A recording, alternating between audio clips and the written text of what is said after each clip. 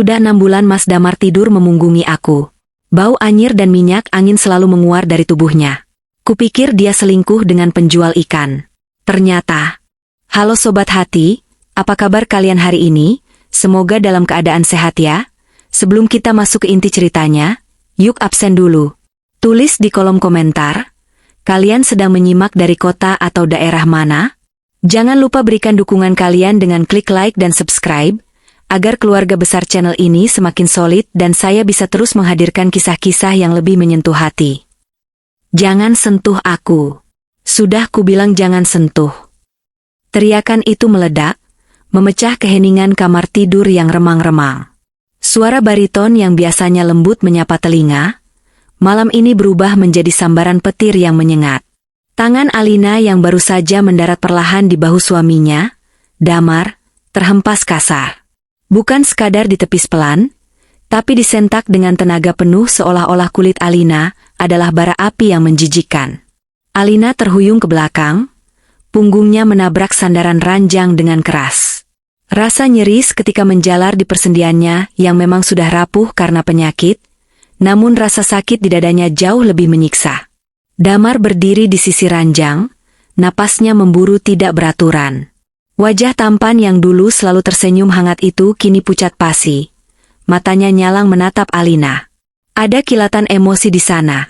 Bukan kasih sayang, melainkan campuran antara amarah, kepanikan, dan sesuatu yang terlihat seperti rasa jijik. Mas.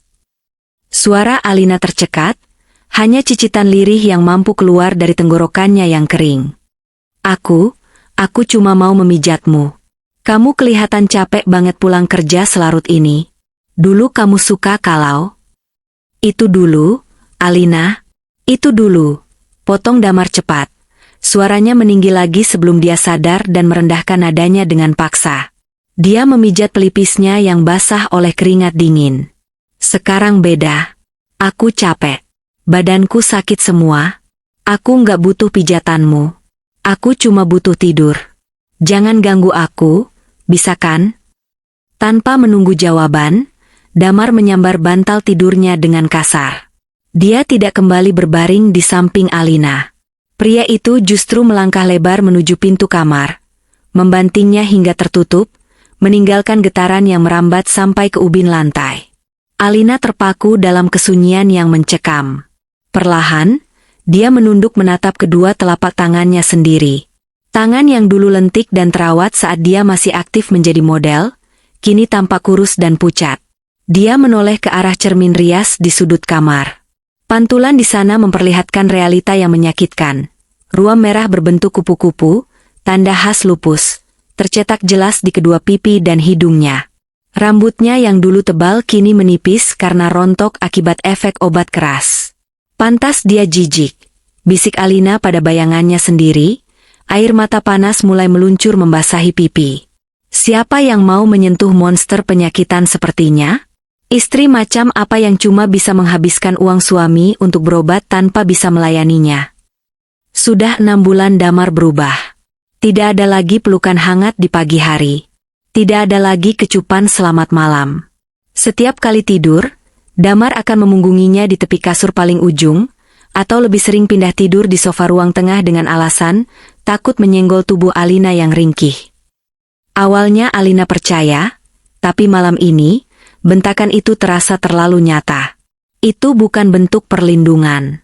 Itu penolakan. Dengan sisa tenaga, Alina memaksakan kakinya yang gemetar untuk turun dari ranjang. Dia melihat kemeja kerja Damar tergeletak begitu saja di lantai dekat pintu, dilempar sembarangan sebelum suaminya itu mengganti kaos tadi. Naluri istri dalam dirinya bergerak otomatis. Dia berjalan tertatih, memungut kemeja berwarna biru muda itu untuk dimasukkan ke keranjang cucian kotor. Namun, saat jemarinya menyentuh kain kemeja itu, kening Alina berkerut. Bahannya terasa aneh. Lembab dan lengket, jauh lebih basah daripada sekadar keringat orang yang bekerja di ruangan ber-AC seharian. Dan kemudian, baunya sampai ke hidung Alina. Itu bukan aroma mask maskulin yang biasa Damar pakai. Alina mendekatkan kerah kemeja itu ke hidungnya, menghirupnya dalam-dalam untuk memastikan indera penciumannya tidak salah. Jantungnya seketika berdegup kencang, memukul-mukul rongga dadanya dengan brutal. Bau itu sangat menyengat dan asing. Ada aroma parfum wanita murah yang manisnya membuat mual, bercampur dengan bau matahari, debu jalanan, dan sesuatu yang anyir. Sangat anyir. Baunya seperti pasar ikan di siang bolong, atau lebih buruk lagi, bau karat besi yang bercampur dengan darah segar. Alina meremas kemeja itu kuat-kuat. Firasat buruk merayap naik dari perut ke tenggorokannya. Jika Damar bekerja di biro arsitek yang nyaman dan dingin, kenapa kemejanya berbau seperti sisa perkelahian di gang sempit? Atau mungkin, bau anyir ini bukan berasal dari perkelahian, melainkan jejak dari sesuatu, atau seseorang, yang Damar sembunyikan mati-matian darinya setiap malam? Firasat Alina terbukti, namun dengan cara yang jauh lebih menyakitkan daripada yang bisa dia bayangkan. Di balik kerah kemeja yang berbau anyir itu, mata Alina menangkap sesuatu yang membuat napasnya tercekat di tenggorokan. Sebuah noda merah. Warnanya merah menyala, sedikit luntur terkena keringat, tercetak samar di bagian dalam kerah leher. Tangan Alina gemetar hebat saat menyentuhnya. Teksturnya agak lengket, persis seperti sisa kosmetik murahan yang menempel di kulit. Lipstik, desis Alina, suaranya pecah di antara isak tangis yang tertahan. Jadi benar, kamu jijik padaku karena sudah ada wanita lain yang lebih cantik. Mas?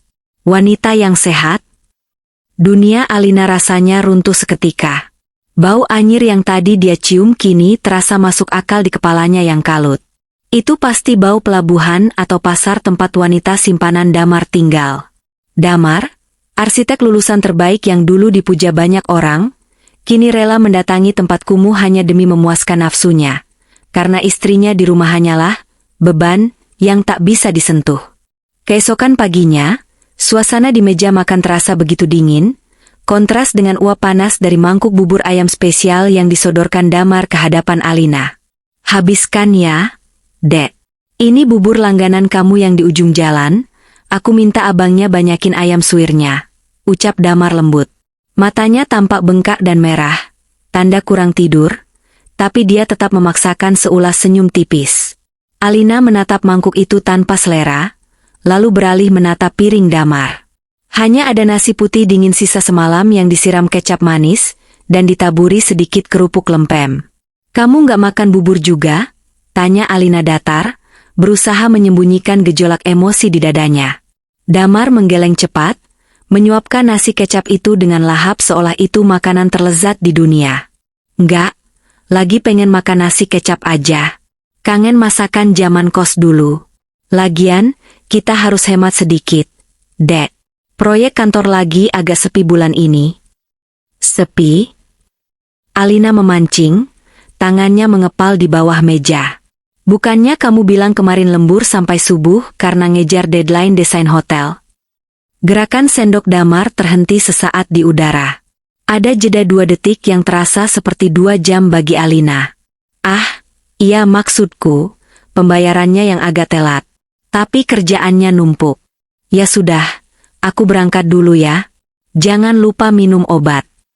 Tanpa mencium kening Alina seperti kebiasaan lama mereka, Damar buru-buru meneguk air putih, menyambar tas ransel bututnya, dan setengah berlari keluar rumah. Deru motor metik tua mereka terdengar menjauh. Alina tidak menyentuh buburnya. Dia segera memutar kursi rodanya menuju meja telepon rumah. Dengan jari gemetar menahan amarah, dia menekan nomor kantor biro arsitek tempat Damar bekerja. Atau setidaknya, tempat yang Damar aku-aku sebagai kantornya selama ini. Selamat pagi, Wijaya Architects, sapa suara resepsionis wanita yang ramah di ujung sana. Halo, saya istri Pak Damar. Bisa bicara dengan suami saya? Ponselnya tidak bisa dihubungi. Ada hal darurat? Bohong Alina, jantungnya berdegup kencang menunggu jawaban. Hening sejenak. Lalu terdengar suara bingung dari resepsionis itu. Maaf, Bu.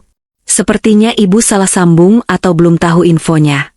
Pak Damar sudah tidak bekerja di sini sejak 6 bulan lalu. Beliau diberhentikan karena masalah indisipliner, sering membolos tanpa keterangan jelas. Sambungan telepon itu terasa berdenging di telinga Alina. 6 bulan?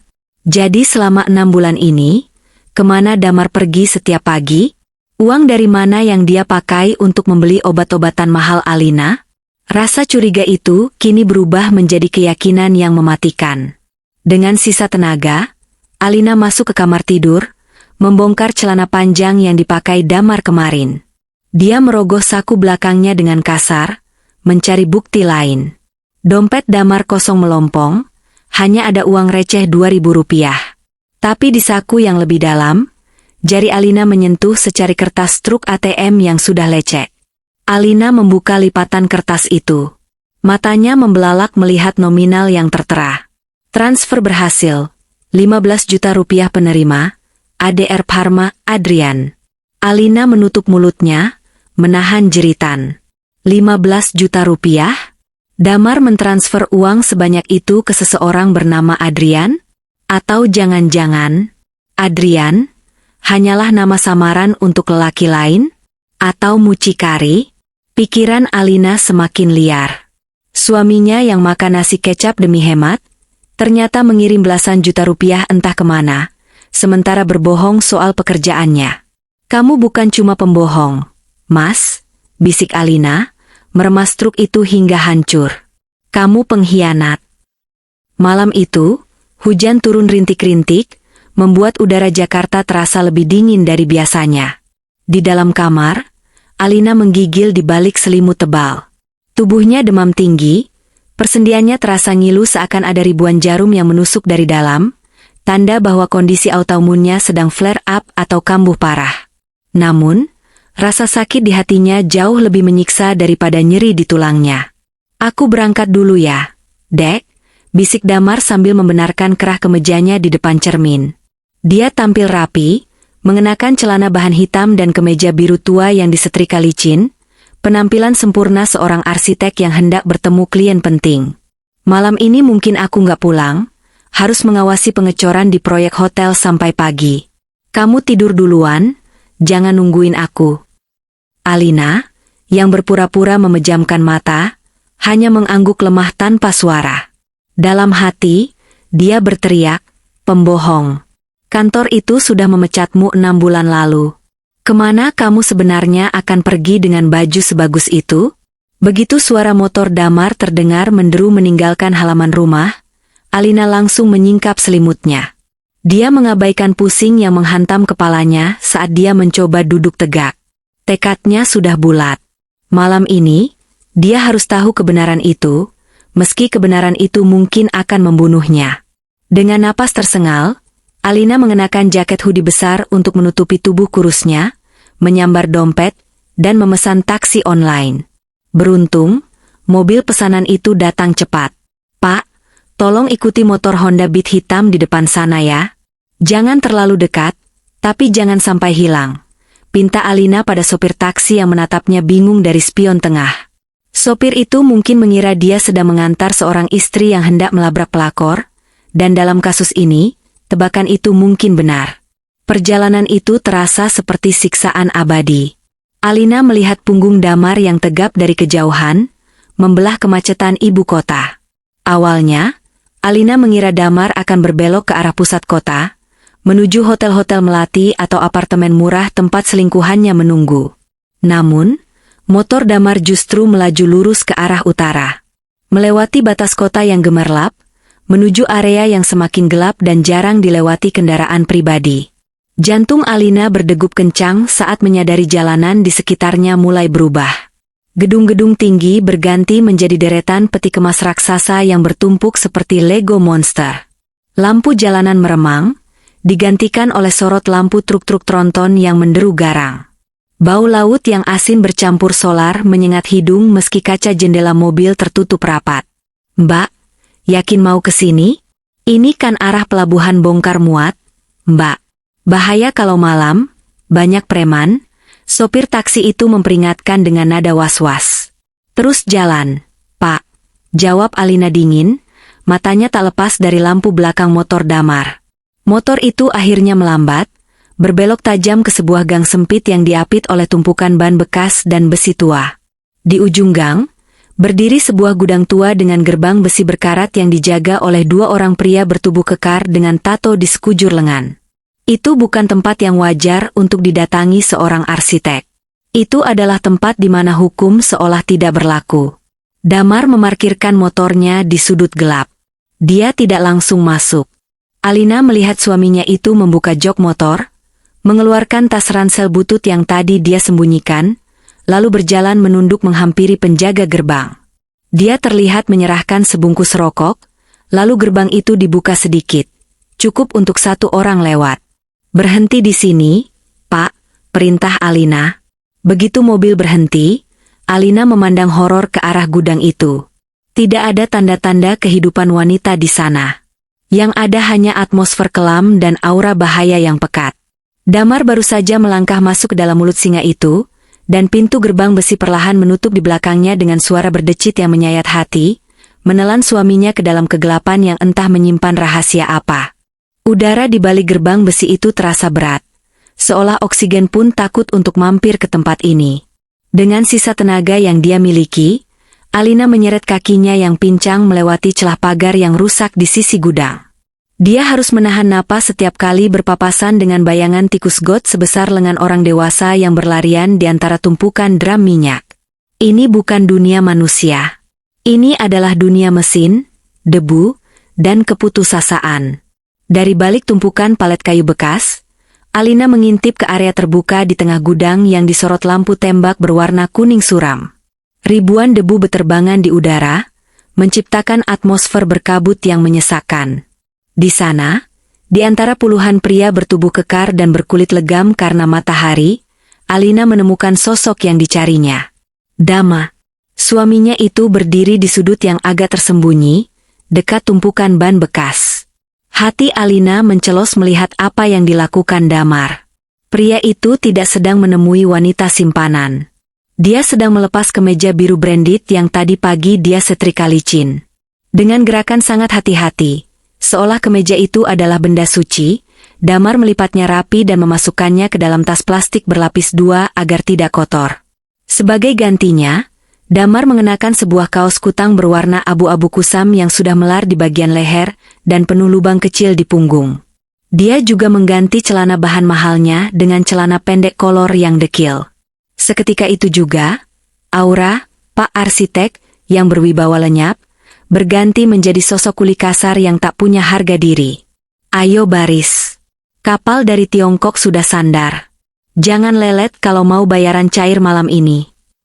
Teriakan seorang mandor bertubuh tambun memecah lamunan Alina. Pria itu memegang sebatang rotan panjang, mondar-mandir seperti sipir penjara mengawasi narapidana. Damar buru-buru berlari kecil, bergabung dalam antrean panjang para kuli. Mata Alina membelalak ngeri saat melihat beban yang harus mereka angkat. Bukan kardus mie instan atau karung beras. Truk kontainer itu memuntahkan ratusan karung goni tebal dengan simbol tengkorak dan tanda silang oranye, simbol bahan kimia berbahaya atau pupuk korosif yang panas. "Jalur neraka," bisik salah satu kuli tua di dekat persembunyian Alina, yang sedang memijat kakinya. "Cuma orang kepepet utang yang mau ambil jalur ini. Salah angkat dikit, kulit bisa melepuh kena rembesan kimianya." Alina menutup mulutnya, menahan isak tangis. Jadi ini yang dilakukan Damar? Dia mempertaruhkan kulitnya sendiri demi bayaran yang lebih tinggi daripada kuli panggul biasa? Damar giliran maju. Tubuhnya yang tidak sekekar kuli lain tampak gemetar saat dua orang rekannya menjatuhkan karung seberat 50 kg ke pundak kanannya. Kaki Damar goyah, lututnya menekuk dalam, hampir ambruk. Wajahnya merah pada menahan beban yang nyaris mematahkan tulang selangkanya. "Jalan. Jangan bengong," bentak si mandor galak. Damar mencoba melangkah, tapi kakinya tersandung kerikil tajam. Dia terhuyung sedikit, membuat jalannya melambat dan menghambat antrean di belakangnya. "Dasar lemah." Cetar. Suara rotan yang menghantam daging terdengar begitu nyaring dan mengerikan. Mandor itu memecut punggung Damar tanpa ampun. Alina memejamkan mata rapat-rapat, tangannya membekap mulutnya sendiri sekuat tenaga agar jeritannya tidak lolos. Dia melihat tubuh Damar tersentak hebat karena rasa perih yang menjalar, Tapi suaminya itu tidak berteriak. Damar hanya menggigit bibir bawahnya sampai berdarah, menelan rasa sakit itu bulat-bulat, dan kembali memaksakan kakinya untuk melangkah tertatih. Di mata Alina, punggung itu bukan lagi punggung manusia biasa. Itu adalah punggung Atlas yang sedang menahan runtuhnya langit kehidupan mereka sendirian. Prit. Suara peluit panjang menggema di langit-langit gudang, menandakan pukul 2 pagi. Waktu istirahat selama 15 menit bagi para pekerja, jalur neraka. Sementara kuli-kuli lain langsung merebahkan diri di atas tumpukan karung atau menyalakan rokok kretek untuk mengusir dingin, Damar justru melakukan hal berbeda. Dengan langkah terpincang-pincang, dia memisahkan diri dari kelompoknya, berjalan menuju celah sempit di antara dua peti kemas berkarat yang gelap dan tersembunyi. Alina, yang kakinya sudah mati rasa karena terlalu lama berjongkok, menyeret tubuhnya mendekat, mengintip dari balik dram minyak. Di sanalah, di bawah sorotan samar lampu jalan yang masuk dari celah atap bocor, Damar mulai melakukan ritual menyakitkan itu. Tangan Damar gemetar saat meraih ujung bawah kaos kutangnya. Dia menarik kain tipis itu ke atas dengan sangat perlahan, seolah-olah sedang mengelupas kulitnya sendiri. Desis kesakitan terdengar lolos dari bibirnya setiap kali serat kain itu terlepas dari permukaan kulit punggungnya. Saat kaos itu akhirnya terlepas sepenuhnya, Alina lupa caranya bernapas. Pemandangan di depannya bukan sekadar luka. Itu adalah medan perang. Punggung lebar tempat Alina biasa bersandar itu kini tak lagi memiliki kulit mulus. Permukaannya adalah lanskap mengerikan dari daging merah yang melepuh, luka bakar kimia yang bernanah kuning, dan lebam ungu kehitaman yang bertumpuk-tumpuk tanpa sempat sembuh. Bekas sabetan rotan mandor tadi terlihat melintang merah menyala di tengah punggungnya, membelah luka lama yang masih basah. Cairan bening dan darah segar merembes keluar, menetes perlahan menuruni pinggang celananya. Alina menutup mulutnya dengan kedua tangan, air matanya tumpah tanpa suara. Ingatan tentang noda lipstik di kerah kemeja Damar kemarin berputar di kepalanya. Itu bukan lipstik. Itu darah. Darah suaminya yang merembes menembus lapisan perban tipis yang tak mampu menahan luka segawat itu. Dan teriakan, "Jangan sentuh aku." Itu, tiba-tiba semuanya menjadi masuk akal. Damar tidak jijik pada Alina. Damar tidak membenci sentuhan istrinya. Dia hanya kesakitan. Sentuhan kain sutra yang paling lembut sekalipun pasti terasa seperti sayatan silet di atas punggung yang hancur itu, apalagi pijatan tangan.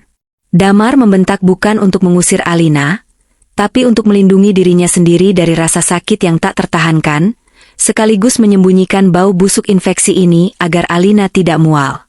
Damar merogoh saku celananya, mengeluarkan botol kecil minyak tawon dan sekepal kapas kotor. Dengan wajah meringis menahan perih, dia mencoba mengoleskan minyak itu ke lukanya sendiri. Tangannya sulit menjangkau bagian tengah punggung, membuat tubuhnya meliuk-liuk kesakitan seperti cacing kepanasan. Setelah berjuang sendiri menahan perih, Damar meletakkan botol minyak itu. Dia kembali merogoh saku, kali ini mengeluarkan dompet kulit lusuh yang sudah terkelupas ujungnya. Dia membuka dompet itu, menatap lekat-lekat pada satu-satunya foto yang tersimpan di sana. Foto pernikahan mereka, saat Alina masih sehat dan tersenyum lebar. Damar mengusap foto wajah Alina dengan jempolnya yang kasar dan penuh kapalan hitam. "Sabar ya, sayang," bisik Damar lirih, suaranya parau tertelan angin malam. "Sebulan lagi, cuma butuh sebulan lagi buat lunasin utang obat kamu bulan ini. Kamu harus sembuh. Biar aku yang hancur, asal kamu jangan." Dada Alina sesak bukan main, seolah oksigen di sekitarnya mendadak hilang. Rasa bersalah yang teramat sangat menghantamnya lebih keras daripada truk kontainer.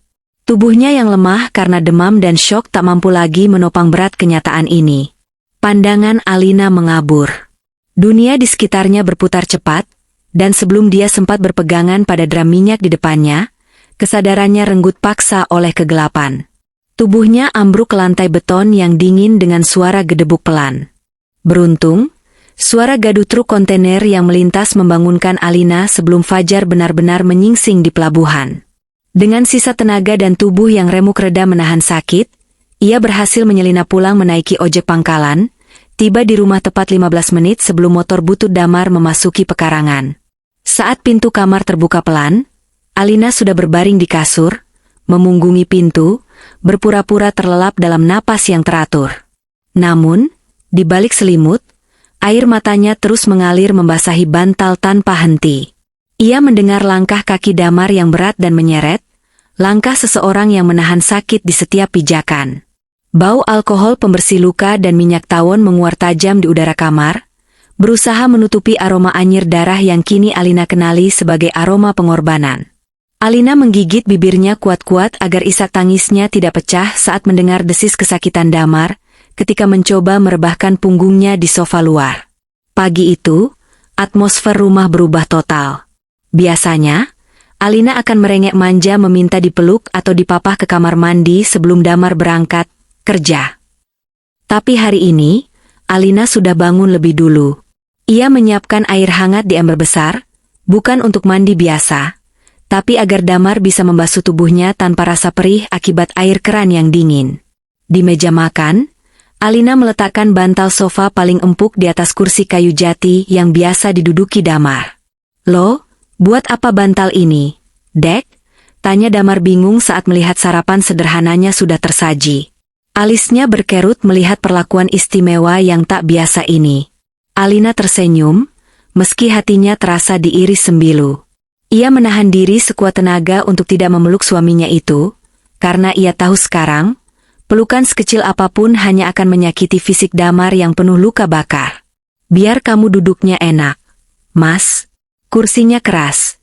Nanti punggungmu pegal kalau duduk lama," jawab Alina lembut, suaranya bergetar menahan haru. "Makan yang banyak ya. Maaf cuma ada tahu goreng." Damar menatap istrinya lekat-lekat. Ada kelegaan yang terpancar di matanya, karena Alina tidak lagi menuntut sentuhan fisik atau marah-marah, namun juga ada kebingungan melihat mata istrinya yang bengkak. "Makasih ya, Dek. Kamu pengertian banget," ucap Damar lirih, lalu melahap nasi dan tahu itu dengan cepat, seolah takut waktunya habis. Begitu suara motor Damar menjauh, topeng ketegaran Alina runtuh seketika. Ia menangis sejadi-jadinya di lantai dapur, memukul dadanya yang sesak. Rasa bersalah karena sempat menuduh Damar berselingkuh menghantuinya seperti bayangan setan. Suaminya adalah malaikat, dan dia telah memperlakukannya seperti sampah. Namun, tangisnya terhenti mendadak saat matanya tertumbuk pada botol obat impor yang tergeletak di meja makan. Obat yang harganya memeras keringat dan darah Damar setiap bulan. Damar bilang obat ini langka dan harus diimpor khusus dari Jerman, makanya harganya naik terus. Tapi benarkah begitu? Rasa curiga yang kini terarah pada sumber penderitaan mereka membuat insting Alina menajam. Ia mengambil botol itu, memutarnya, dan meneliti label kemasannya. Di bagian bawah yang tertutup stiker harga, Alina menemukan sebuah nomor layanan konsumen kecil yang hampir tak terbaca. Dengan tangan gemetar, Alina menekan nomor itu di ponselnya. "Halo, selamat pagi," sapa suara operator wanita di ujung sana. "Halo, saya ingin menanyakan stok obat lupus merek Senoura yang didistribusikan." "Maaf Ibu, sepertinya Ibu salah sambung," potong operator itu sopan namun tegas. "Ini bukan perusahaan farmasi. Ibu menghubungi nomor internal Adrian Logistics Group. Ada yang bisa dibantu terkait pengiriman kargo pribadi Bapak Adrian?" Jantung Alina berhenti berdetak-detik itu juga. "Adrian?" Ponsel di tangan Alina nyaris terjatuh ke lantai. Nama itu, Adrian adalah nama kakak tirinya. Kakak tiri yang dulu bersumpah akan menghancurkan hidup Alina, karena menolak perjodohan keluarga. Jadi selama ini, obat itu tidak langka. Obat itu tidak mahal. Seseorang sengaja membuatnya mahal dan memonopoli jalurnya hanya untuk mencekik leher Damar pelan-pelan, menikmati pemandangan saat suaminya hancur menjadi debu. Adrian. Nama itu terasa seperti cuka asam yang membakar lidah Alina. Ingatannya seketika melompat mundur ke hari pernikahannya 2 tahun lalu, hari yang seharusnya bahagia, namun dinodai oleh kedatangan kakak tirinya itu di ruang ganti pengantin. Alina masih ingat jelas tatapan merendahkan Adrian saat menunjuk sepatu pantofel murah yang dikenakan Damar. Kau memilih sampah ini daripada perjodohan bisnis yang kuatur? Lihat saja, Alina. Aku bersumpah, suatu hari nanti kau dan suamimu akan merangkak kembali ke kakiku, memohon sesuap nasi seperti pengemis. Alina mengira itu hanya gertakan orang sombong yang sakit hati. Namun hari ini, di ruang tamu yang sunyi, Alina menyadari bahwa Adrian tidak pernah main-main. Kakak tirinya itu sedang memainkan permainan catur yang sadis, dan Damar adalah pion yang sedang dihancurkan perlahan-lahan. Dengan napas memburu, Alina menyalakan laptop lamanya. Jari-jarinya menari cepat di atas keyboard, mencari informasi yang selama ini luput dari perhatiannya, karena terlalu sibuk mengasihani diri sendiri. Ia mencari harga pasaran obat Senoura di situs farmasi internasional. Hasil pencarian itu membuat dada Alina sesak, seolah dihantam palu godam. Harga asli obat itu hanya 2 juta rupiah per botol. 2 juta. Selama ini Damar membayar 15 juta rupiah. Selisih 13 juta itu bukan inflasi, bukan kenaikan kurs dolar, dan bukan biaya cukai. Itu adalah pajak dendam yang ditetapkan Adrian. Kakak tirinya memblokir semua distributor resmi masuk ke apotek biasa, memaksa Damar membelinya lewat jalur khusus, distributor tunggal, yang ternyata adalah anak perusahaan Adrian. Jahat. Desis Alina, air matanya menetes di atas keyboard. Kamu iblis, Adrian. Tapi teror itu belum selesai. Alina meraih ponselnya, menghubungi Rudy, teman lama Damar di asosiasi arsitek yang dulu cukup dekat. Halo, Ruth. Ini Alina. Aku cuma mau tanya, kenapa Damar susah sekali dapat proyek setahun ini? Apa kualitas gambarnya menurun? Tanya Alina to the pound. Hening lama di seberang sana. Terdengar helaan napas berat. Alina, jujur aku nggak tega ngomong ini. Tapi nama Damar sudah masuk blacklist di database asosiasi.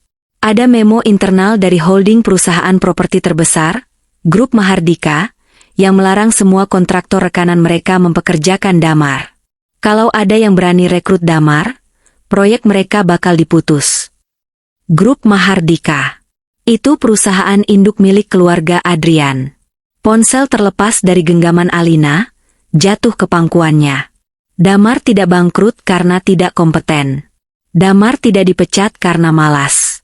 Suaminya dimatikan karirnya secara sistematis, dikepung dari segala penjuru, hingga satu-satunya jalan keluar untuk mendapatkan uang adalah dengan menjual tenaga kasarnya di pelabuhan. Damar sedang bertarung melawan raksasa dengan tangan kosong, tanpa tahu bahwa lawannya curang. Dan Damar menanggung semua itu sendirian. Dia membiarkan dirinya dianggap suami gagal, dianggap pengangguran tak berguna, demi menjaga perasaan Alina agar tidak menyalahkan keluarganya sendiri. Krek. Suara pintu pagar depan yang dibuka memecah keheningan malam. Alina tersentak kaget. Dia melirik jam dinding. Pukul 23 malam. Terlalu cepat.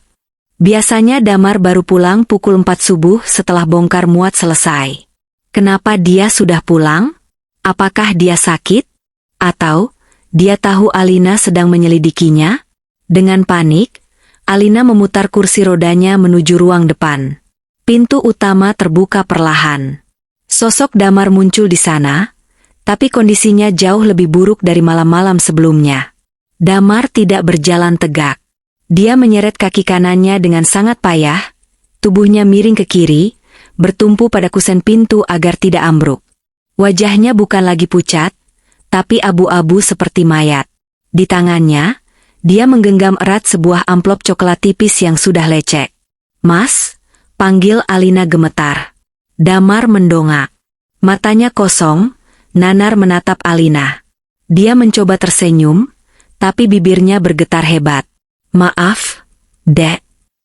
Bisik Damar, suaranya parau dan pecah. Aku pulang cepat. Mandor bilang aku nggak usah datang lagi. Katanya badanku sudah rusak. Nggak kuat angkat beban target lagi. Aku dipecat, Dek. Tubuh Damar merosot perlahan ke lantai, amplop di tangannya terlepas. Isinya berhamburan keluar, uang pesangon recehan yang tak seberapa, tak cukup untuk membeli setengah botol obat Alina. Sumber uang terakhir mereka telah diputus. 3 hari.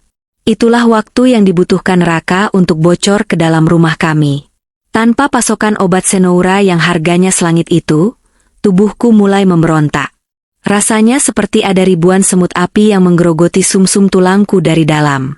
Demamku tak kunjung turun, dan ruam di wajahku semakin merah menyala, seolah mengejek ketidakberdayaan kami. Damar semakin kacau. Sejak dipecat dari pelabuhan, dia nyaris tidak tidur. Matanya cekung, lingkaran hitam di bawahnya menebal seperti memar bekas pukulan. Dia menghabiskan waktu berjam-jam di depan laptop tuanya di ruang tengah, mengetik dengan obsesif. Aku mengira dia sedang melamar pekerjaan ke ratusan perusahaan, mengirim email permohonan ke setiap teman lama, atau mencari proyek recehan apapun yang bisa dikerjakan. Sabar ya, Dad. Sebentar lagi ada jalan. Aku janji, bisiknya tadi pagi saat menyuapiku bubur tawar. Tangannya gemetar hebat, bukan karena dingin, tapi karena kepanikan yang dia tekan kuat-kuat agar tidak meledak di depanku. Sore itu, saat Damar sedang di kamar mandi, terdengar suara dia muntah-muntah. Mungkin akutnya kambuh karena dia rela tidak makan demi menghemat beras untukku, aku memaksakan diri untuk bangun. Rasa ingin tahuku mengalahkan rasa sakit di sendi lutut. Aku ingin tahu perusahaan mana yang dia lamar. Aku ingin tahu seberapa banyak penolakan yang dia terima. Dengan kursi roda, aku meluncur pelan mendekati meja di ruang tengah. Laptop itu masih menyala. Kursornya berkedip-kedip di sebuah laman forum diskusi yang tampilannya hitam legam, bukan situs pencari kerja seperti LinkedIn atau Jobstreet. Jantungku berhenti berdetak saat mataku membaca judul thread yang sedang dibuka Damar. Dicari urgent. Donor hidup golongan darah O, siap bayar cash. Proses cepat tanpa rumah sakit resmi. Napas tercekat di tenggorokan. Aku menelusuri layar ke bawah. Di kolom komentar paling baru, aku melihat akun dengan nama samaran milik Damar baru saja mengirim pesan 5 menit yang lalu. Saya bersedia. Kondisi fisik sehat, tidak merokok, tidak minum alkohol. Ginjal berfungsi baik. Saya butuh dana 20 juta malam ini juga. Tolong PM lokasinya, saya siap berangkat sekarang. Duniaku berputar hebat. Langit-langit rumah serasa runtuh menimpaku. Damar tidak mencari kerja. Dia sedang berniat menjual ginjalnya di pasar gelap. Dia ingin memotong bagian tubuhnya sendiri, demi membeli sebotol obat untukku. Punggungnya sudah hancur. Kulitnya sudah rusak. Harga dirinya sudah diinjak-injak. Dan sekarang dia ingin memberikan organ vitalnya? Cukup, Mas. Cukup. Isakku tanpa suara, air mataku jatuh menetes membasahi keyboard. Sebesar itukah cintanya? Atau sebodoh itu? Dia rela mematikan dirinya pelan-pelan asal aku tetap bernapas? Belum sempat aku menghapus jejak air mata itu, suara motor menderu kasar berhenti tepat di depan pagar rumah. Bukan satu motor, tapi 3. Suara knalpot bising itu mematikan keheningan sore yang sendu, membawa aura kekerasan yang pekat. Bam, bam, bam. Pintu depan digedor dengan brutal, seolah hendak dijebol paksa. Getarannya terasa sampai ke roda kursiku. Keluar. Kami tahu kalian di dalam. Teriakan seorang pria terdengar garang, penuh ancaman. Bayar sisa hutang obat bulan lalu, atau kami sita rumah ini sekarang juga. Damar berlari keluar dari kamar mandi, wajahnya pucat pasi, masih ada sisa air di dagunya. Dia menatapku yang mematung di depan laptop, lalu menatap pintu dengan tatapan horor. Itu bukan tamu. Itu adalah anjing-anjing pemburu suruhan Adrian yang datang untuk menghabisi sisa harapan kami. Waktu kami sudah habis. Jangan buka pintunya, jerit Damar histeris. Dia berlari menerjang pintu depan, menahan gagang pintu itu dengan punggungnya yang gemetar hebat. Wajahnya bukan lagi pucat, tapi seputih kertas. Keringat dingin bercucuran deras di pelipisnya. Masuk ke kamar, Dek, kunci dari dalam. Jangan keluar apapun yang terjadi. Biar aku yang hadapi mereka. Gedoran di luar semakin brutal, membuat engsel pintu berderit ngeri seolah akan patah. Buka atau kami dobrak. Keluar kau, Damar. Biasanya, Alina akan gemetar ketakutan dan menuruti perintah suaminya untuk sembunyi. Biasanya, dia akan menangis di pojokan kamar sambil menutup telinga. Tapi sore ini, sesuatu yang lain bangkit di dalam dirinya. Pemandangan layar laptop yang menampilkan forum jual beli ginjal itu telah membakar habis rasa takutnya, menggantinya dengan bara api kemarahan yang membara. Alina tidak memundurkan kursi rodanya. Dia justru memajukannya. "Minggir, Mas," ucap Alina dingin. Nada suaranya begitu tenang, kontras dengan kekacauan di sekitarnya, membuat Damar tertegun sejenak. "Dek, kamu gila? Mereka preman. Mereka bisa menyakitimu. Mereka cuma anjing penjaga. Aku mau bicara sama majikannya." Tanpa menunggu persetujuan Damar, Alina mengulurkan tangan dan menarik kunci pintu. Klik. Dia membukanya lebar-lebar. 3 orang pria berwajah garang dengan tato di leher berdiri di teras. Bau rokok dan keringat menguar tajam. Salah satu dari mereka, yang memegang tongkat bisbol, sudah siap mengayunkan senjata, tapi tangannya terhenti di udara saat melihat wanita kurus di kursi roda menatapnya tajam tanpa berkedip. "Mana suamimu?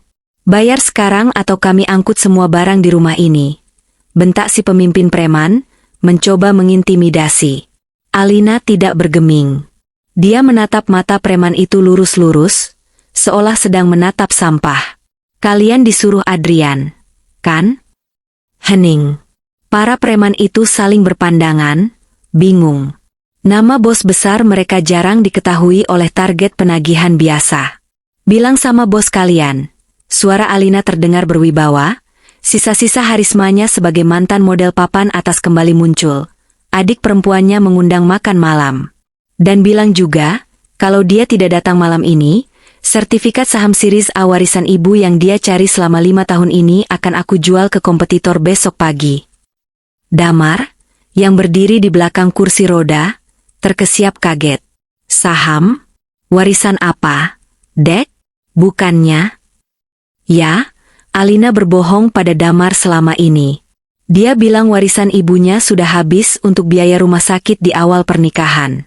Padahal, dia menyimpannya mati-matian. 1 lembar kertas berharga yang menjadi kunci hak veto di perusahaan keluarga. Kartu as terakhir yang dia simpan untuk darurat kematian, kini dia keluarkan untuk kehidupan. Si preman tampak ragu, lalu segera minggir untuk menelepon seseorang. Wajahnya memucat saat mendengar instruksi di ujung telepon. Dia kembali menatap Alina dengan sorot mata berbeda, lebih hormat, atau mungkin takut. "Tuan Adrian menunggu di restoran The Summit jam 8 malam. Jangan terlambat," gerutu preman itu, lalu memberi kode pada anak buahnya untuk mundur. Mereka pergi meninggalkan debu di pekarangan. Begitu pintu tertutup, Damar langsung jatuh berlutut di depan kursi roda Alina. Dia memegang tangan istrinya erat-erat, air matanya tumpah ruah. "Dek, jangan. Adrian itu ular berbisa. Kita cari cara lain. Aku masih bisa usaha. Aku bisa cari pinjaman lain." "Pinjaman apa, Mas?"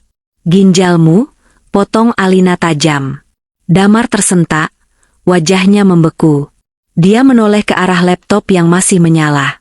Rahasianya terbongkar. Dia menunduk dalam-dalam, bahunya berguncang hebat menahan isak tangis yang memilukan. "Aku nggak punya pilihan, Dek. Aku gagal jadi suami. Aku nggak bisa kasih kamu hidup layak." Alina menarik napas panjang, menahan rasa perih di matanya. Dia meletakkan tangannya di pipi Damar, mengangkat wajah suaminya agar menatapnya. "Bantu aku berdiri, Mas." "Dek, kakimu." "Bantu aku berdiri," perintah Alina tegas. Dengan ragu, Damar memapah Alina. Kaki Alina gemetar hebat. Lututnya nyaris tak bisa menopang berat badannya yang kian kurus. Rasa sakit menusuk tulang-tulangnya, tapi Alina menggertakkan gigi. Dia berdiri tegak, meski harus mencengkeram ke meja Damar kuat-kuat. Mata mereka bertemu. Selama ini kamu memanggul dunia kita sendirian sampai punggungmu hancur. Mas, bisik Alina, mengusap air mata di pipi suaminya yang kasar. Sekarang, giliranku yang memanggul beban ini. Duduklah. Jangan mematung di sana seperti pelayan yang salah masuk ruangan. Suara Adrian yang dingin dan penuh cemoohan menyambut kedatangan mereka di ruang privat restoran The Summit. Pria itu duduk santai di ujung meja panjang marmer, memutar gelas wine mahal di tangannya. Dia sama sekali tidak melirik Damar. Matanya hanya tertuju pada Alina yang duduk di kursi roda. Damar mengepalkan tangannya di samping tubuh. Kemeja batik lama yang dia kenakan, satu-satunya baju bagus yang tersisa, terlihat begitu lusuh di bawah lampu kristal restoran mewah ini. Dia merasa kecil, kerdil, dan tak berharga di hadapan kakak iparnya yang berkuasa. Damar hendak menarik kursi untuk Alina, tapi Adrian mendengus kasar.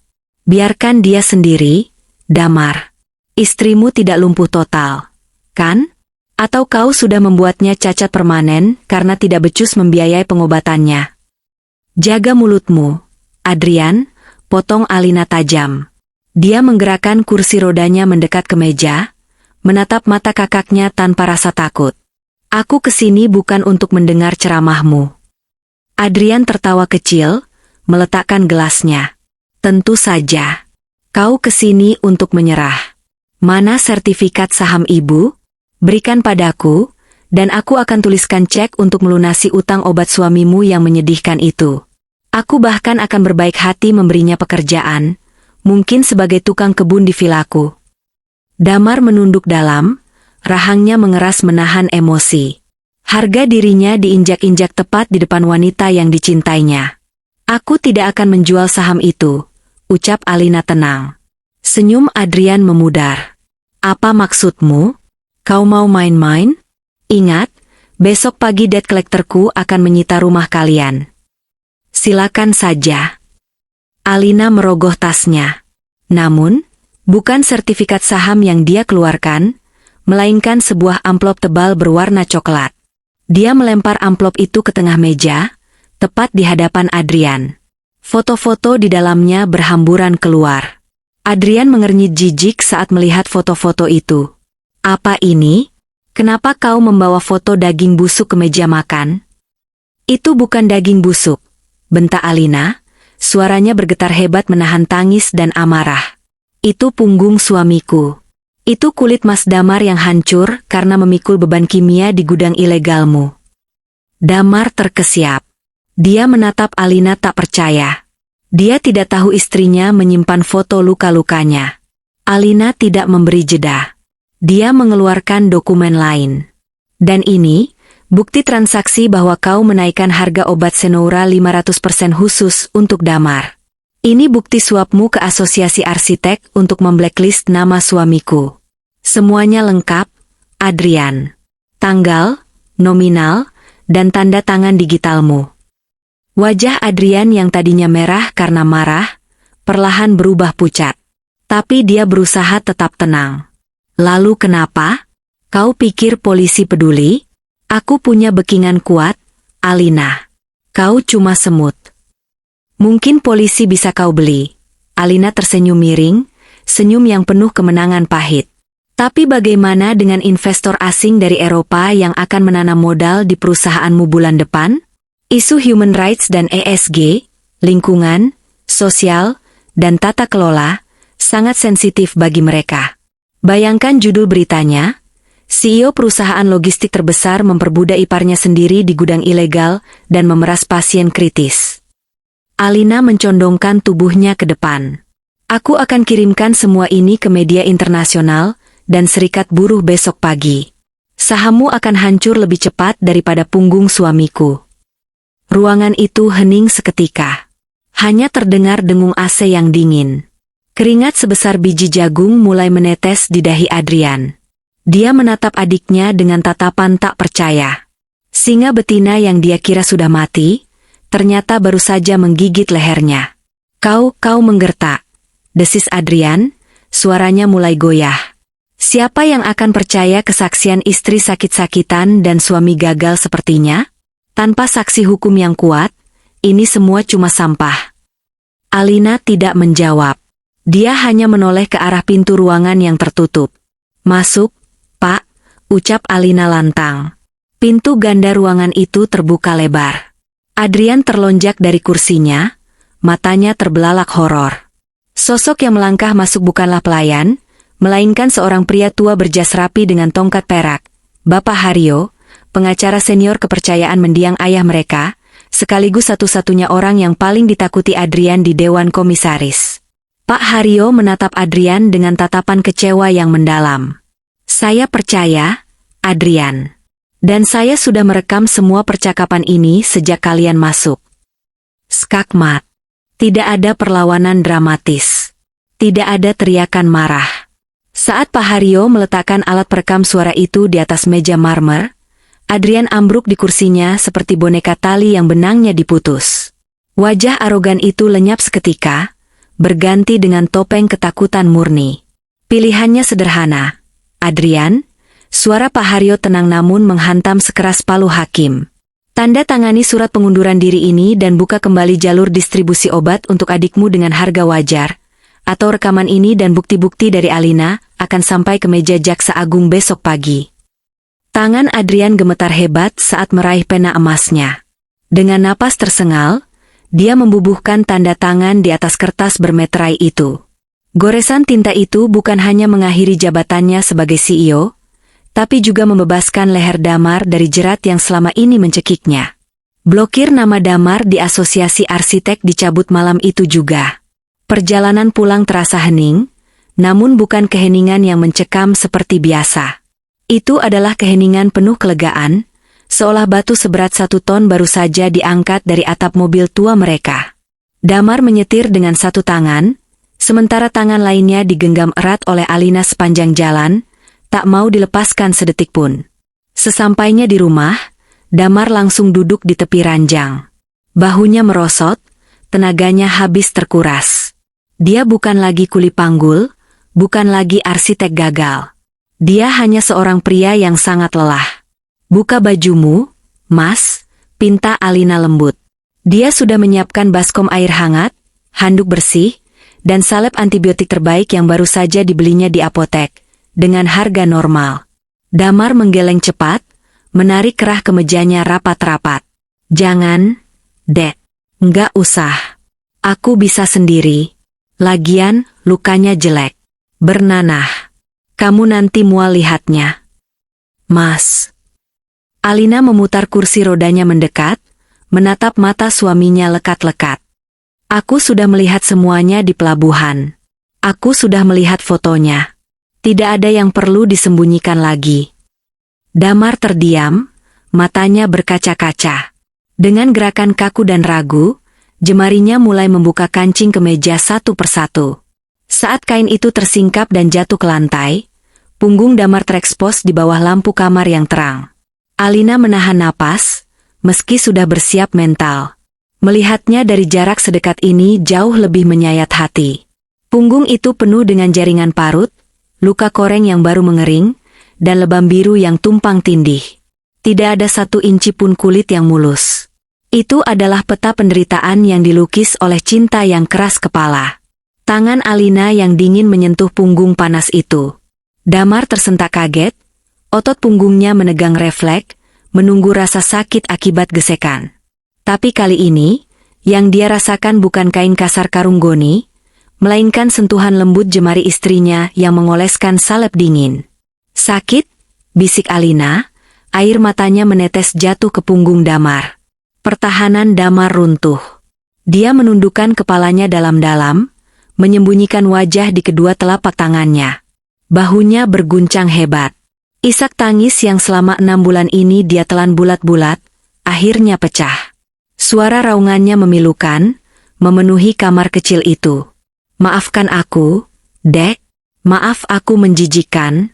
Maaf aku nggak bisa jaga badan aku sendiri. Racau Damar di sela tangisnya.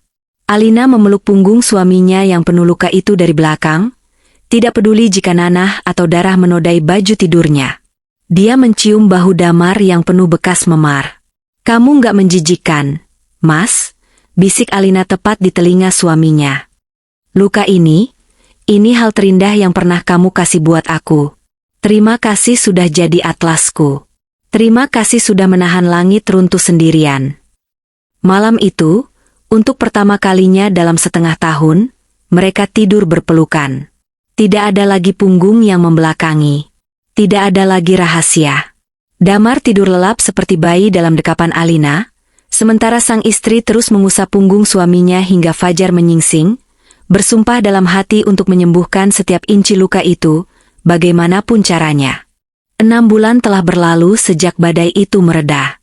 Cahaya matahari sore yang hangat menerobos masuk melalui jendela kaca besar di garasi rumah, yang kini tak lagi menyimpan motor butut ataupun tumpukan kardus bekas. Ruangan itu telah bertransformasi. Meja gambar arsitek membentang di tengah ruangan, dikelilingi oleh maket-maket rumah mungil dan gulungan kertas kalkir. Di sanalah Damar duduk, tenggelam dalam dunianya. Suara gesekan pensil grafit di atas kertas terdengar berirama, menenangkan. Tidak ada lagi lingkaran hitam di bawah matanya. Wajahnya terlihat lebih segar, sedikit lebih berisi, meski gurat kedewasaan di wajahnya semakin tegas. Dia bukan lagi kuli panggul yang menyembunyikan identitasnya di balik masker debu. Kini, dia adalah pemilik Atlas Studio, sebuah biro arsitek kecil yang spesialis merancang hunian ramah difabel dan lansia. Sudah jadi desainnya, Mas? Suara lembut Alina membuat gerakan tangan Damar terhenti. Alina muncul di ambang pintu, membawa nampan berisi 2 cangkir teh hangat. Dia tidak lagi menggunakan kursi roda sepanjang waktu. Berkat pasokan obat yang lancar dan terapi rutin, Alina kini bisa berjalan perlahan menggunakan tongkat penyangga yang didesain khusus oleh Damar, cantik dan elegan, terbuat dari kayu jati ukir. Damar tersenyum lebar, senyum yang benar-benar mencapai matanya. Sedikit lagi, Dek. Aku lagi mikirin kemiringan ramp di teras depan. Harus landai banget supaya klien kita yang pakai tongkat nggak kepleset kalau hujan. Persis kayak yang aku bikin buat kamu di depan. Alina meletakkan nampan itu di meja, lalu berjalan pelan ke belakang kursi kerja suaminya. Damar mengenakan kaos oblong putih tipis yang santai. Dari balik kain tipis itu, Alina bisa melihat kontur punggung suaminya dengan jelas. Punggung itu tidak kembali mulus. Tidak akan pernah bisa mulus lagi. Di sana, tercetak jaringan parut atau keloid yang menonjol, menjalar tidak beraturan seperti akar pohon tua yang kokoh. Bekas luka bakar kimia dan sabetan rotan itu telah mengering, meninggalkan jejak permanen yang mengubah tekstur kulit Damar selamanya. Orang lain mungkin akan ngeri melihatnya. Tapi bagi Alina, itu adalah karya seni terindah. Itu adalah prasasti cinta yang ditulis dengan rasa sakit. Tanpa ragu, Alina melingkarkan lengannya ke leher Damar, memeluknya erat dari belakang, back hook. Dia menyandarkan pipinya tepat di punggung bagian atas Damar, merasakan tekstur kulit yang kasar itu menempel di pipinya.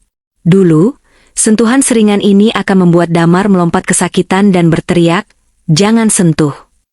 Tapi sore ini, Damar justru memejamkan mata, menikmati kehangatan itu. Dia menyandarkan kepalanya ke bahu Alina, menghela napas panjang penuh kelegaan. Tangan kasarnya, yang kapalan bekas mengangkat karung goni, kini menggenggam lembut tangan halus istrinya yang melingkar di dadanya. "Masih sakit kalau disentuh?" tanya Alina lirih, pertanyaan yang sama yang sering dia ajukan 6 bulan terakhir. "Enggak, sayang," jawab Damar lembut. "Udah enggak sakit. Sekarang rasanya pulang. Aku merasa pulang." Alina mengeratkan pelukannya. Mereka tidak kaya raya. Uang pesangon Adrian dan ganti rugi perusahaan memang cukup untuk modal usaha, tapi mereka tidak hidup bermewah-mewahan. Namun, kebahagiaan di garasi kecil ini terasa jauh lebih mewah daripada istana manapun. Damar memutar kursinya pelan agar bisa berhadapan dengan Alina. Dia menatap wajah istrinya yang kini kembali merona, ruam merahnya memudar signifikan. "Terima kasih sudah bertahan sama laki-laki cacat sepertiku," ucap Damar, mengusap pipi Alina. "Kamu nggak cacat, Mas. Kamu sempurna." Alina mengecup kening suaminya, lalu turun mengecup bekas luka yang menyembul di balik rah kaos Damar. Luka ini bukti kalau kamu pernah menahan langit sendirian supaya nggak runtuh menimpaku. Mereka berdua tersenyum, menyadari bahwa badai telah membentuk mereka menjadi pasangan yang tak tergoyahkan. Di luar sana, matahari mulai terbenam, melukis langit dengan warna jingga yang hangat. Terkadang, cinta sejati bukan dibuktikan dengan seberapa manis kata-kata yang diucapkan saat bahagia. Terkadang, cinta adalah tentang seberapa kuat kau menahan diri untuk tidak berteriak kesakitan saat dipeluk, hanya agar orang yang kau cintai tidak merasa bersalah. Dan Damar, sang Atlas, telah membuktikannya.